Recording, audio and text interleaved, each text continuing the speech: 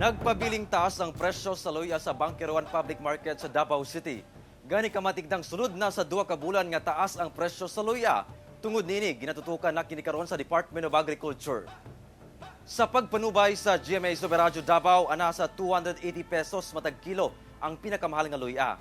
Hinoon miubos kini og gamay karong semana nga ana sa 230 pesos ang matag kilo.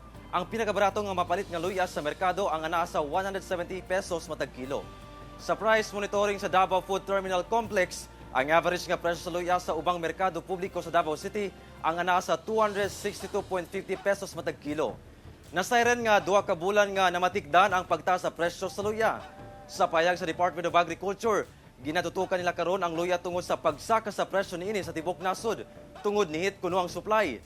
Gidugang sa Department of Agriculture nga moabot sa 130,000 metric tons ang demand sa luy-a sa nasod, apan 2% lamang niini ang ginaproduce sa mga mag-uuma.